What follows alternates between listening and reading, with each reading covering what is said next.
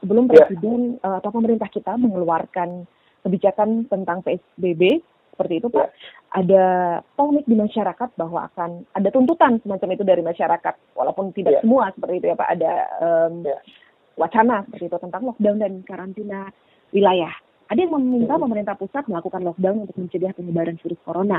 Tapi ada juga yang mengatakan bahwa justru hal ini dapat menimbulkan kekacauan. Lalu muncul juga istilah karantina wilayah. Kesannya beda dengan lockdown. Bagaimana Bapak melihat kontroversi ini dari perspektif hukum?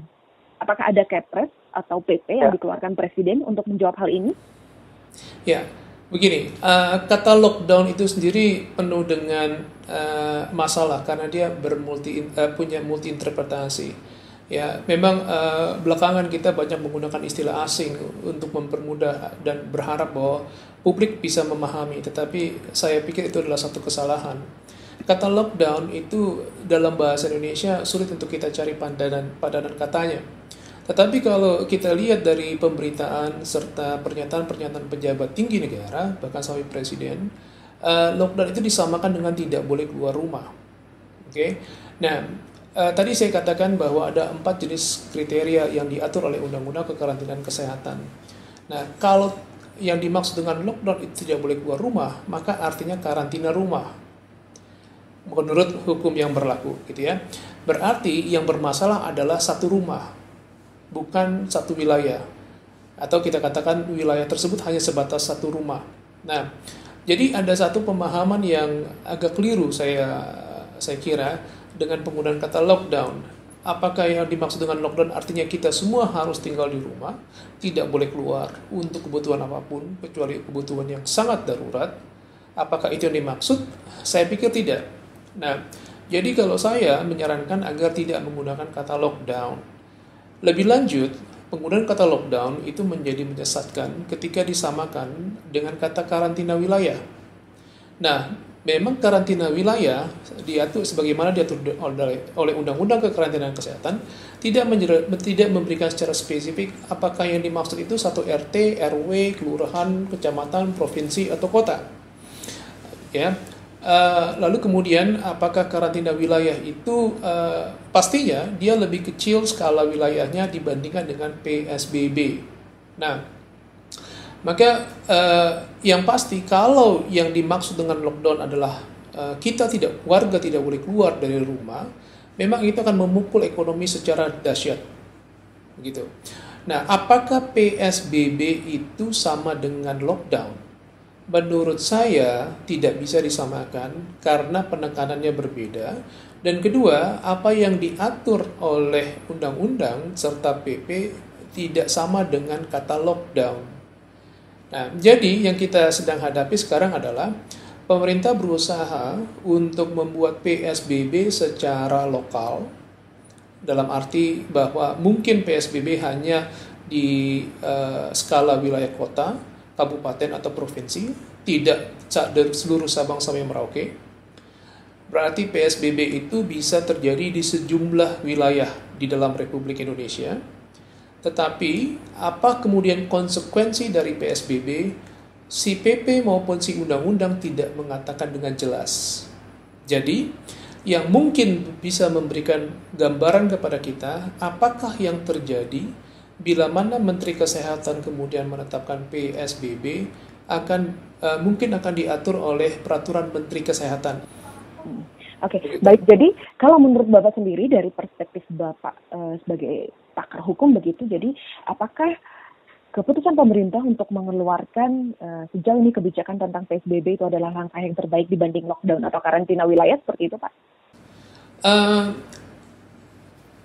Untuk bisa mengatakan apakah itu langkah terbaik atau tidak, tergantung pada data dan informasi yang ada. Nah, yang memiliki akses terhadap seluruh data dan informasi tentunya adalah Presiden. Jadi kita bisa melihat apakah itu tentu ada sejumlah pertimbangan hukum, pertimbangan ekonomi, pertimbangan politik yang membuat Presiden untuk mengambil keputusan mengenai PSBB. Nah, tetapi yang perlu dilihat adalah apakah keputusan tersebut sesuai atau tidak dengan yang dibutuhkan oleh kita dalam menanggulangan maksud saya dalam menanggulangi COVID-19. Ya, nah tentu itu perlu kita lihat lebih lanjut. Yang pasti apapun perincian kegiatan yang dilarang untuk sementara atau dibatasi untuk sementara dalam konteks PSBB, penanggulangan penyakit COVID-19 hanya dapat berhasil jika masyarakat berpartisipasi secara penuh dan kooperatif. Ya, baik. Saya sepakat sekali Pak dengan pernyataan Bapak di bagian terakhir bahwa penanggulangan COVID-19 ini hanya dapat berjalan dengan baik jika kerjasama yang aktif juga dari masyarakat. Kira-kira ada saran dari Bapak apa yang bisa kita lakukan sebagai masyarakat untuk mensukseskan kerjasama gerakan bersama pemerintah maupun masyarakat untuk sama-sama bertanggung jawab menyelesaikan atau menanggulangi COVID-19 ini Pak? Mungkin ada saran dari Bapak Pak? Ya, yang pasti kita perlu untuk mengikuti apa yang dihimbau oleh pemerintah. Memang ada satu permasalahan dengan himbauan ya. Secara hukum himbauan itu adalah saran. Berarti kalau si orang yang diberikan saran tidak mengikuti saran tersebut, sebetulnya tidak ada konsekuensi hukum. Mungkin ada konsekuensi kesehatan. Dalam hal ini misalnya bahwa karena saya tidak mengikuti saran dari pemerintah untuk bekerja, beribadah, dan belajar di rumah, saya tetap beraktivitas sebagaimana kondisi normal, saya bisa terinfeksi virus COVID-19. Itu akan menjadi sesuatu yang saya harus derita, begitu. Nah, untuk saat ini sulit untuk kita bisa mengatakan dengan pasti apakah yang akan terjadi. Pembatasan seperti apakah yang akan terjadi dengan berlakunya PSBB. Apakah pemerintah akan tetap dalam konteks memberikan himbauan, saran untuk bekerja, belajar, dan beribadah di rumah, atau akan ada konsekuensi hukum. Nah, tetapi mungkin perlu saya sampaikan di sini bahwa di awal minggu ini sempat ada kontroversi di mana Presiden mengindikasikan akan menerapkan darurat sipil dan PSBB. Nah, itu perlu dilihat dalam konteks yang proporsional. Yang dimaksud dengan darurat sipil sama sebetulnya dengan kedaruratan kesehatan masyarakat. Yang membedakan adalah bahwa dalam konteks darurat sipil yang dasar hukumnya adalah undang-undang dari zaman Orde Lama, yakni akan ada penguasa darurat sipil, pusat dan daerah. Untuk pusat adalah presiden. Nah, yang atas nama darurat sipil tersebut, maka presiden atau penguasa darurat sipil berhak untuk mengeluarkan segala peraturan yang dibutuhkan untuk tercapainya kondisi sehingga kedaruratan sipil bisa berakhir. Nah, kenapa ini menjadi kontroversi? Karena dikhawatirkan bahwa masyarakat akan terganggu kebebasannya.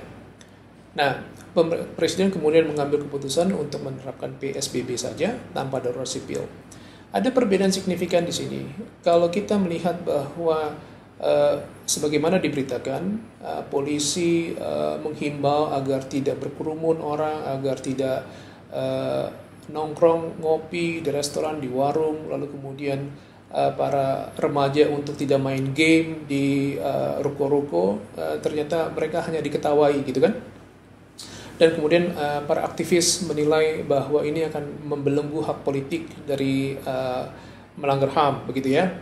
Nah, tanpa adanya darurat sipil, maka kritik seperti tersebut atau tidak diacukannya himbauan untuk bekerja, belajar, beraktivitas di rumah, mungkin masih bisa terjadi. Begitu. Nah, tetapi kalau darurat sipil ditetapkan oleh pemerintah atas nama keselamatan bersama, maka HAM dapat untuk sementara waktu loh ya, bukan untuk seterusnya, HAM dapat dibatasi terlebih dahulu. Misalnya, orang dapat disuruh tidak boleh berkumpul untuk tidak semakin merebaknya wabah COVID-19. Kenapa? Karena kita dalam kondisi darurat sipil, begitu ya. Nah, tetapi karena darurat sipil tidak jadi ditetapkan, saya tidak melihat ada satu dasar hukum yang kuat untuk aparatur negara, mereka yang ada di garda depan, untuk membubarkan atau untuk meminta warga kembali ke rumah masing-masing bila mana mereka berkumpul-kumpul. Nah, sebetulnya itu yang membuat perbedaan yang signifikan. Darurat sipil akan memberikan kemudahan langkah taktis bagi pemerintah untuk bisa membatasi ruang gerak warga secara sementara. Sementara PSBB tidak memberikan kebebasan taktis tersebut kepada pemerintah. Baik, Pak. Jadi setelah adanya Kepres Darurat Kesehatan dan PP Pembatasan Sosial Berskala Besar tadi, Pak, jadi penerapan status darurat sipil ini tidak diperlukan lagi, begitu ya, Pak? Atau bagaimana, Pak? Mohon maaf, boleh menjelaskan lebih ulang tadi, Pak? Oke, darurat sipil tetap menjadi satu opsi, meskipun sudah ada PSBB. Tetapi saya melihat begini, kita hanya bisa berandai-andai apa yang informasi yang diterima oleh Presiden, dan apakah yang kemudian langkah lebih lanjut jika PSBB tidak berhasil. Tetapi untuk bisa menanggulangi COVID-19, darurat sipil tetap menjadi satu opsi yang dapat diambil oleh pemerintah bila mana PSBB tidak efektif untuk menanggulangi COVID-19. Oke, Pak, baik. Ya. Jadi kondisi yang bila mana PSBB ini tidak efektif untuk menanggulangi COVID, kondisi itulah yang menuntut diperlukannya penerapan Undang-Undang Darurat Sipil ya, Pak ya? Ya, dalam porsi yang dibutuhkan untuk menanggulangi COVID-19. Betul. Ada saran dari Bapak apa yang perlu diketahui oleh masyarakat tentang keputusan pemerintah ini begitu, Pak, supaya karena kalau masing-masing bergerak dengan pemikiran sendiri pasti akan sangat kacau begitu ya, Pak. Padahal penanggulangan COVID-19 ini seperti yang Bapak sampaikan butuh kerjasama yang baik begitu, Pak. Apakah ada hal-hal lain yang perlu diketahui di luar pertanyaan ini, Pak, mungkin di luar kerangka ini? Yang perlu diketahui oleh kita bersama adalah tantangan COVID-19 adalah satu hal yang baru. Meskipun skenario untuk terjadinya wabah sudah diantisipasi oleh undang-undang, tetapi ternyata umat manusia tidak mengantisipasi bahwa di abad ke-21 ini akan ada satu wabah penyakit yang bersifat internasional, bersifat global, sehingga akan membuat ekonomi terpuruk, di saat yang bersamaan akan menjatuhkan demikian banyak korban. Nah, maka apapun yang diambil oleh pemerintah itu tidak akan memuaskan semua pihak. Bahwa ekonomi tidak bisa diselamatkan 100% tanpa mengorbankan kesehatan masyarakat. Kesehatan masyarakat tidak dapat diutamakan dan diselamatkan 100% maksud saya tanpa mengorbankan ekonomi. Nah, pemerintah manapun di negara manapun saat ini tidak bisa mengambil keputusan yang pasti 100% sempurna dan memuaskan semua pihak. Pasti ada pihak yang dirugikan dan ada pihak yang diuntungkan, begitu ya. Nah, apa yang dapat kita lakukan sebagai warga negara? Kita bisa untuk berkontribusi menghentikan penyebaran COVID-19. Apa yang sudah disarankan oleh pemerintah untuk diam bekerja di rumah dan beribadah di rumah adalah satu hal yang minimal tetapi bisa memberikan dampak yang paling efektif bagi kita semua.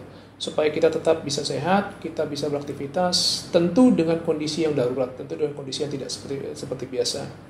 Nah, memang banyak dari antara kita yang tidak terbiasa, ini adalah harus beradaptasi untuk hanya bisa tinggal di rumah. Bagi sebagian kecil dari kita yang memiliki rumah yang nyaman, itu adalah hal yang mungkin masih dapat ditolerir. Tapi bagi sebagian besar saudara-saudara kita yang tidak memiliki rumah yang nyaman, ini adalah satu hal yang luar biasa menyiksa. Nah, oleh karena itu kita bisa membantu pemerintah dan membantu diri kita sendiri dan membantu sesama kita jika kita hidup bersih, menjaga kesehatan, dan berusaha sedapat mungkin untuk menjaga jarak dari sesama kita agar tidak untuk saling menularkan virus COVID-19. Oke. Terima kasih, Pak. Itu pernyataan penutup yang sangat kuat sekali bahwa keputusan apapun yang diambil pemerintah mungkin tidak bisa 100% memuaskan semua masyarakat. Seperti itu, Pak. Tapi kita sebagai warga negara bisa terlibat sebagai warga negara yang bertanggung jawab dengan mengambil peran yang bisa kita lakukan seperti diam di rumah, menjaga kebersihan, menjaga jarak, maupun menjaga kesehatan kita. Termasuk juga menjaga sesama melalui inisiatif-inisiatif kemanusiaan seperti yang dilakukan oleh banyak, seperti misalnya memberikan sumbangan-sumbangan tertentu kepada mereka yang membutuhkan dan lain-lain. Ada satu hal yang bisa dilakukan oleh pemerintah di luar daripada menanggulangi COVID-19 itu sendiri. Saya pikir begitu besar atensi masyarakat secara kesetiakawanan sosial untuk membantu satu sama lain. Tetapi dapat dibuat secara lebih efektif dengan cara begini. Pemerintah bisa membuka satu kanal saluran informasi, pusat informasi atau pusat data, di mana pusat informasi atau data ini berusaha untuk mempertemukan antara kebutuhan atau kekurangan alat medis atau sembako,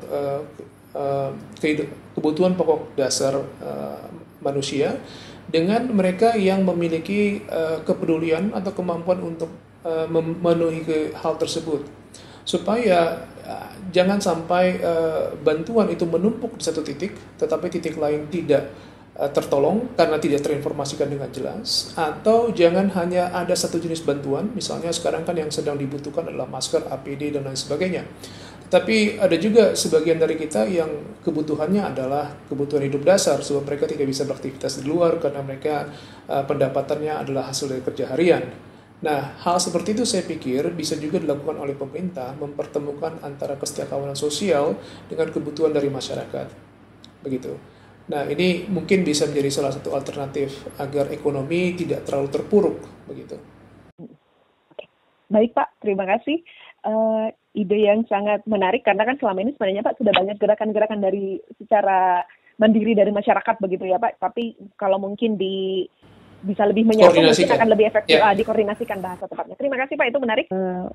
PSBB ini dan informasi yang telah Bapak sampaikan tadi semoga menolong pendengar untuk mengetahui lebih dalam tentang apa sih sebenarnya tindakan pemerintah dan bagaimana kita sebagai warga negara boleh berperan untuk mendukung pemerintah untuk bisa segera mengurai COVID-19 ini. Terima kasih, semoga pembicaraan dengan Pak Yuwono Pusiyu kali ini boleh menjadi insight baru untuk setiap pendengar. Terima kasih dan sampai jumpa. Terima kasih.